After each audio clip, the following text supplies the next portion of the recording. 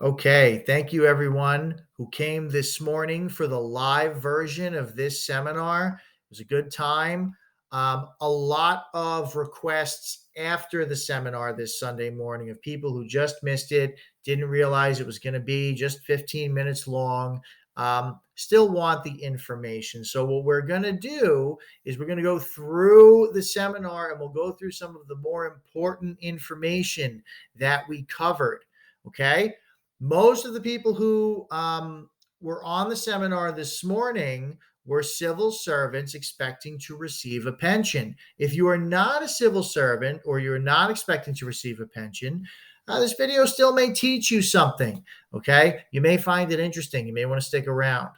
All right. What is inflation? Okay. This is kind of a fun quote. Inflation is when you pay $15 for the $10 haircut you used to get for $5 when you had hair. Okay. I like that one. All inflation really is, it's the things around us over time becoming more expensive. The goods and services we pay for, rent, right? Cost of real estate, cost of food, cost of transportation, gasoline, stuff like this. Okay. Over time, tends to become more expensive by 3 or 4% every year on average.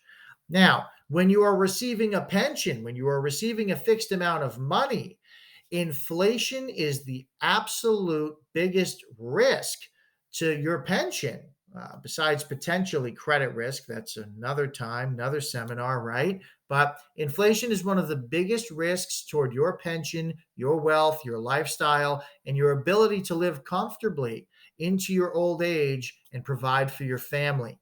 So, super, super important topic today. How do we hedge that inflation? How do we kind of beat that inflation down before it beats our pension down? All right, let's get into a little example here.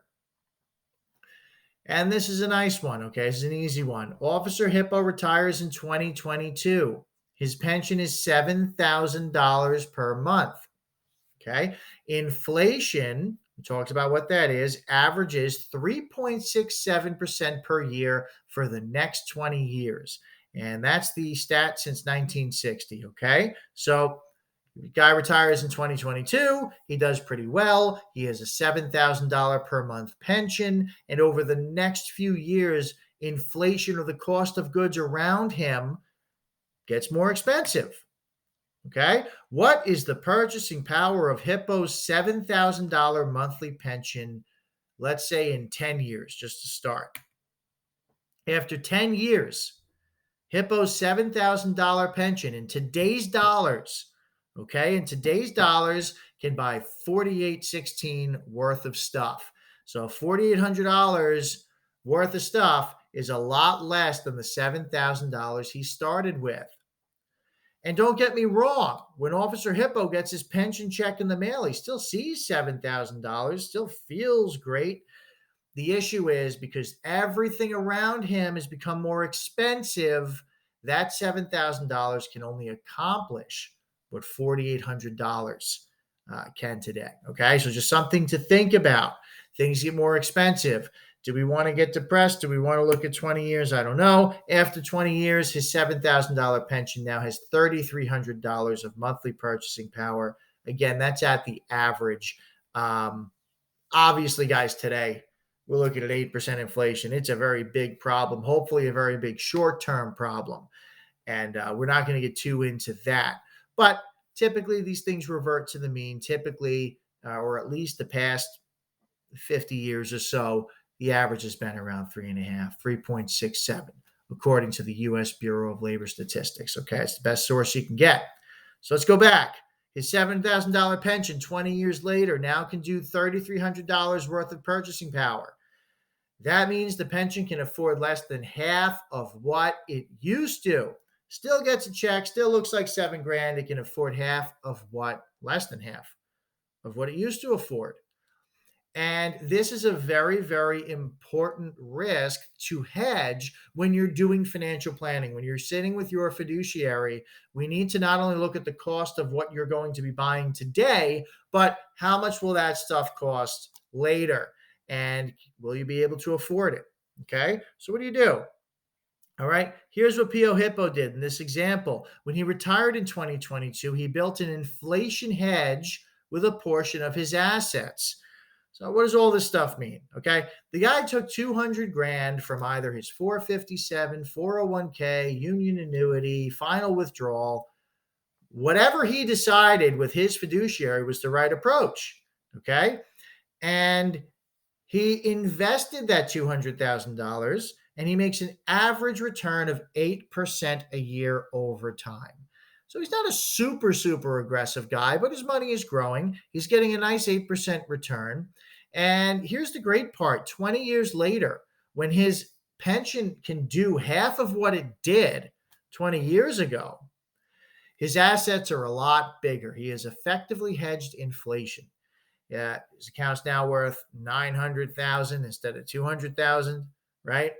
Produces income of $46,000 a year or 3,800 a month. Not only has he hedged inflation, not only are his assets bigger, not only has he filled the inflationary gap that inflation created, right?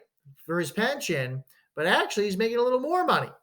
Okay, he's making a little more money, and he's retaining that $932,000 probably pretty nicely if he has the right distribution strategy for that wealth. Okay, so there are ways to hedge inflation. There are ways to invest a portion of our wealth that grow over time. So as our pension check becomes less and less effective, we have other ways to create income, other ways to create a pension supplement down the road. Okay. So, skip one there. Okay. Creating an inflation hedge, some common questions. And again, these are things that we get all the time from hundreds of clients walking in the door. Which bucket of assets should I build my hedge with, right? Which bucket of retirement assets, whether it's my 457, my final withdrawal, my 401k, my union annuity, non-qualified assets, what should be the long-term bucket? What makes sense to be the long-term bucket? Okay. There's a lot of stuff around that. Um, for the UMOS here, which is really the focus of the seminar, right? How does my final withdrawal decision play into an inflation hedge strategy? If you're tier 3 and you don't know what I'm talking about, don't worry about it. It doesn't apply to you. If you're tier 2, if you're a UMOS and you're tier 2 and you don't know what I'm talking about, you need to call me because we got to go through this. Or call your fiduciary, call your advisor, ask them about this. Okay. How do I create future income? Boy, it's relatively simple to put money into your 457 and into your ITHP and all that other great stuff as you are working. It's a lot more complex to create income from that money and still maintain that balance, right? After you've made it, make it last. So again, common question. You definitely want a professional on that one. That's something a professional has done hundreds of times. And even if you're, on the up and up and you understand this stuff, theory is a little different than practice. And that experience can be really, really helpful when crafting a tax efficient distribution strategy. Okay. And guys, here's the big one lately. Okay. Because the market did nothing but run up for 10 years and we all got spoiled. And now we're back to tough volatility. Once in a decade volatility, really. This is tough stuff. How do I build an inflation hedge without assuming full market volatility? It's a great question. Okay. The answer is not the same for everybody, but very, very common question. How do I make that market return without assuming full downside participation in the markets, right? Without watching 30% of my hard earned money kind of come down in the short term. Is there a way to make that more comfortable? And there is. We'll get into that briefly as we did on the seminar. Okay. Structure strategies, very popular approach right now. You're able to get or you're able to participate in an index like the S&P 500 while protecting against downside risk. Okay. And you can kind of read through this. There are different strategies where you can make or something close to what the S&P or exactly what the S&P is making, and have downside hedges built in. I would just really, really recommend, and we're not talking about any specific approach today because it's such a personal thing, right, for each individual. I'd really recommend not going out and swinging the bat on this one on your own. Very easy to buy an S&P 500 index fund on your own. Very difficult to build in downside protection that's sustainable on your own. Okay. You have index linked annuities, structured notes, you have option strategies. There's all these different ways of doing this. You really want to speak with a fiduciary, with an experienced professional when you're building in downside protection into your inflation hedge and into your retirement plan. They are complex strategies with complex results, and you want to make sure you really understand what you're getting into. Okay, guys, but definitely a cool approach for an inflation hedge because you can watch your money grow. And if the market pops down 10% and everybody's nervous, you may not have to be. Okay, not a bad thing at all. We just went through this. Cool. And remember, during retirement, when you're building that inflation hedge, guys, you have the whole world in front of you. You have so many different strategies, and it's very likely that your personal financial situation will fit into more than one as you're crafting that plan, whether it be pension protection strategies, fixed annuities, CD ladders, index-linked annuities, advisory accounts, dividend strategies, life insurance applications.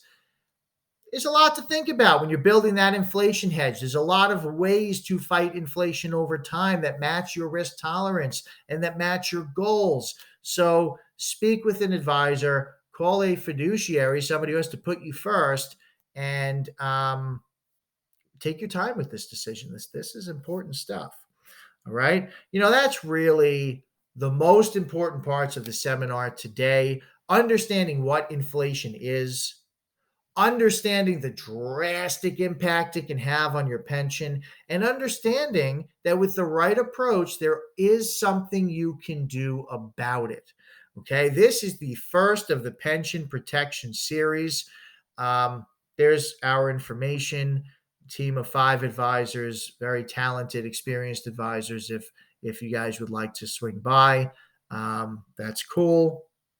But really the first of a 3-part series. Okay, understanding how to protect your pension from inflation. We're going to talk about how to protect your pension from an untimely death, right? And we're going to have a third seminar, which I think you'll find very, very interesting, on other pension protection strategies. Okay.